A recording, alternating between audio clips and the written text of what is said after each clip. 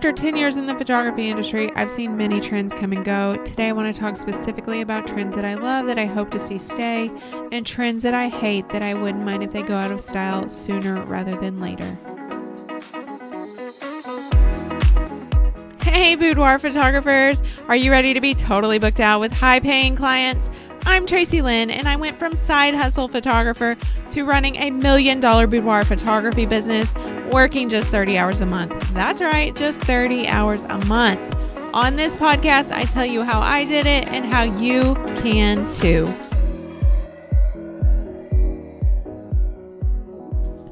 Hey there and welcome back. I've been in the photography industry for 10 years and I've seen so many trends come and go.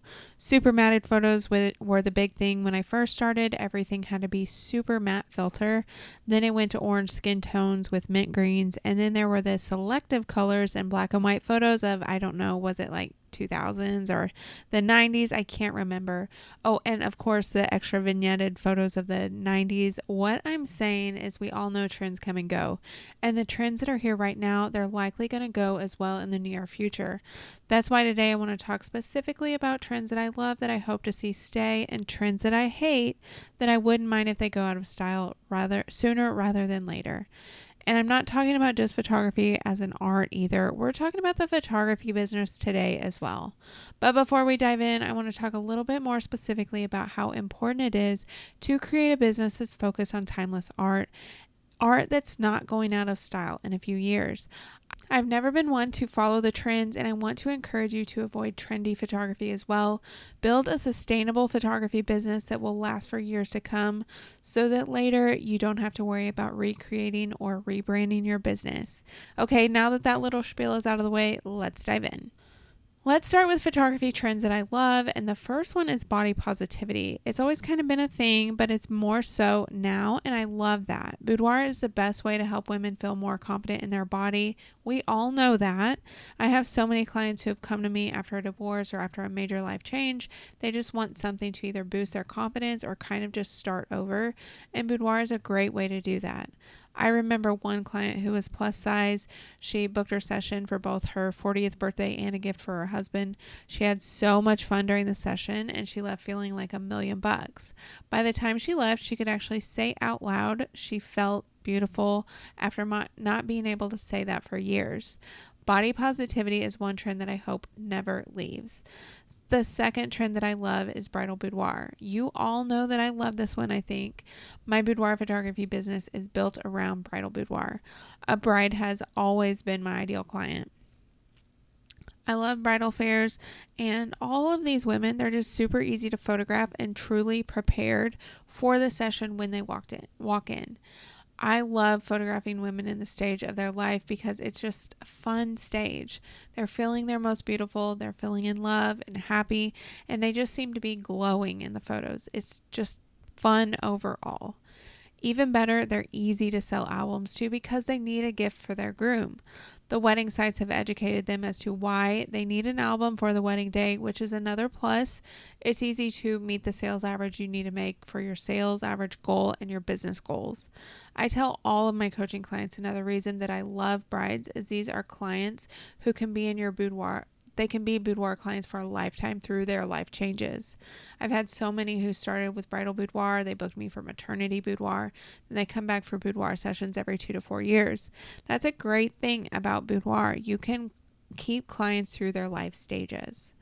The third boudoir photography trend that I love is couples boudoir, as long as it's kept classy. I say that because this is one that's very easy to get a little X-rated, but it's just such a beautiful way to capture a love story, and who doesn't love to read a little smut anyway?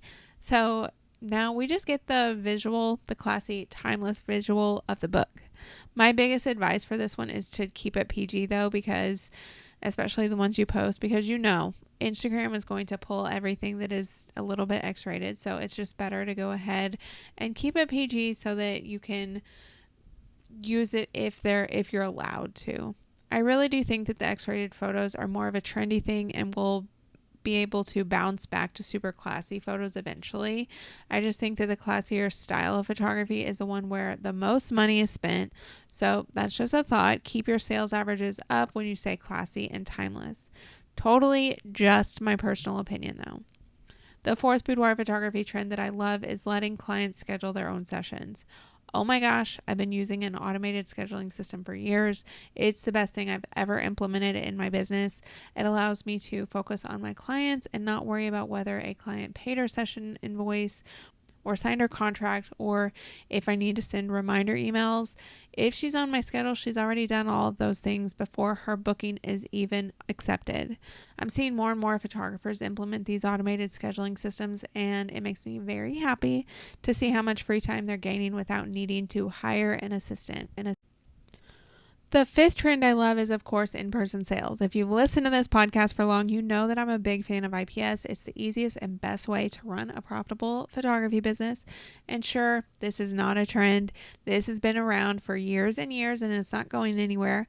But it's definitely a great way to increase your sales averages and make more money every year. The sixth trend that I love is dark and moody style. I really do love this, and I hope it stays, but I think it's a lot like the matte photography style that will be something else that eventually goes out of style, probably sooner rather than later, unfortunately.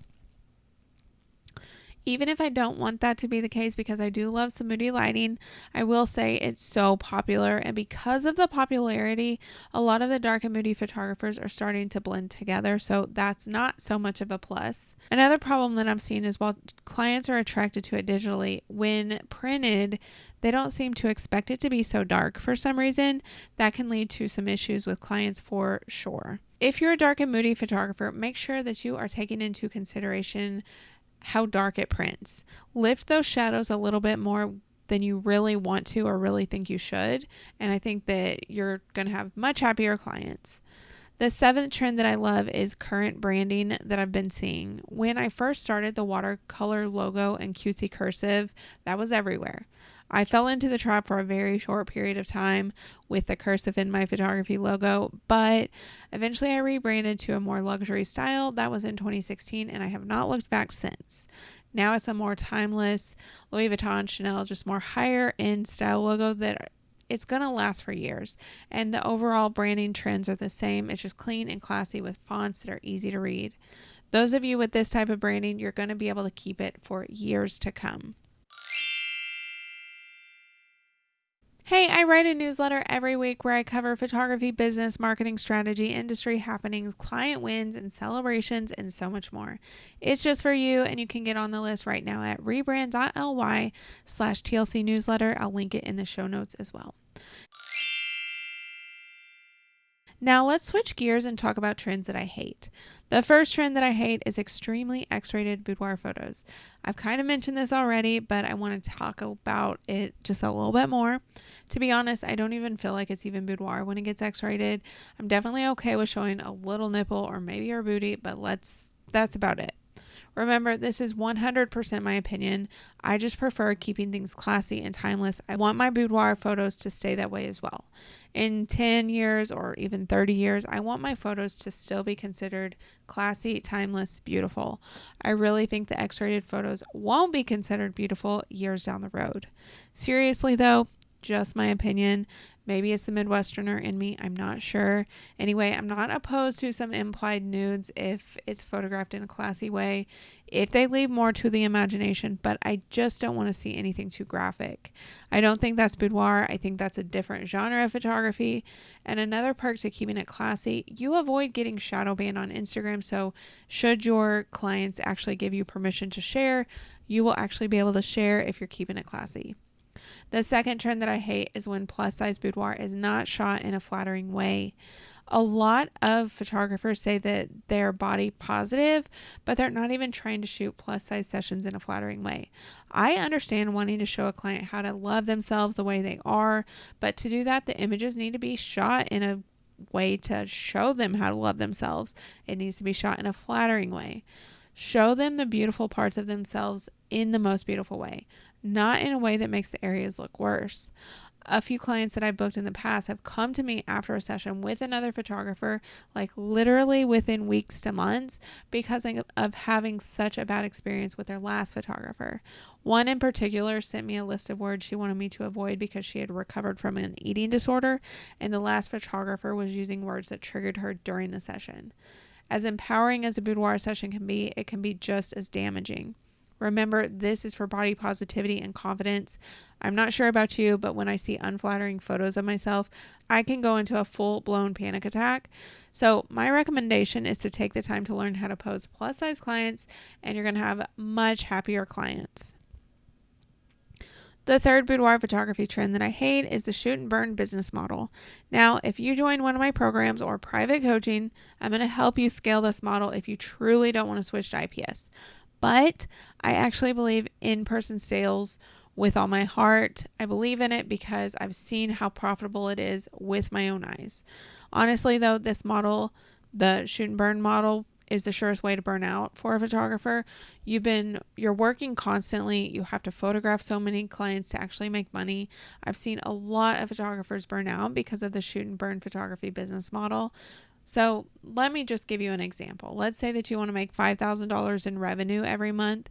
You're charging $250 a session. You're going to need to photograph 20 sessions. If you want to make $5,000 in revenue with the IPS model, with a sales average of $1,500, you only need to book 3.5 sessions. Which sounds better to you? 3 sessions or 20 sessions? I promise that the IPS model is far less stressful too, because you're not juggling so many clients. And to be honest, the cheaper clients are so much harder to please.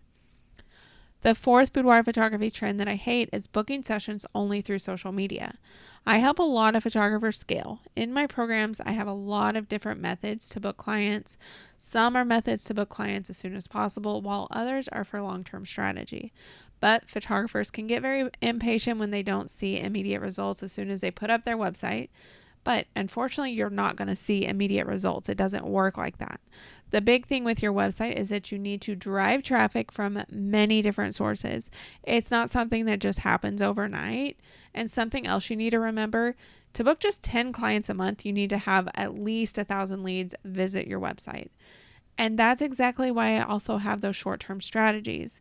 But what I see instead is photographers start trying to book sessions and run flash sales on social media or switch their genre of photography. And I get why those photographers run this flash sales. They have bills to pay. But remember, random flash sales make you look cheap and desperate. Just remember, a good marketing strategy takes work. Use these short-term strategies and get out in the world to book great, qualified clients instead of relying on social media. Now, if you get just one thing from this episode, I want you to understand that trends come and go. Timeless photography business models and shooting styles are what's going to stick around for a long time. I want to recommend that you lean into correct lighting and posing and a business model that will help you gain time and financial freedom. If you're ready to accelerate your photography business, I want to recommend that you check out Boudoir Studio Accelerator. It's a self-led, go at your own pace style course. You're going to see how to create an experience for your clients and absolutely exceed their expectations so that you can grow a highly reputable, sustainable, and profitable photography business. If you want to have a luxury boudoir studio and bring in 5 figures every single session, make sure you grab the course now at the link in the show notes. Thank you for listening to this episode of Sustainable Freedom with Boudoir Photography. Please be sure to rate and follow so that you never miss an episode. They drop every Thursday and they're always full of super actionable information for you to apply right now in your boudoir business. Until then, make your next shoot your best shoot.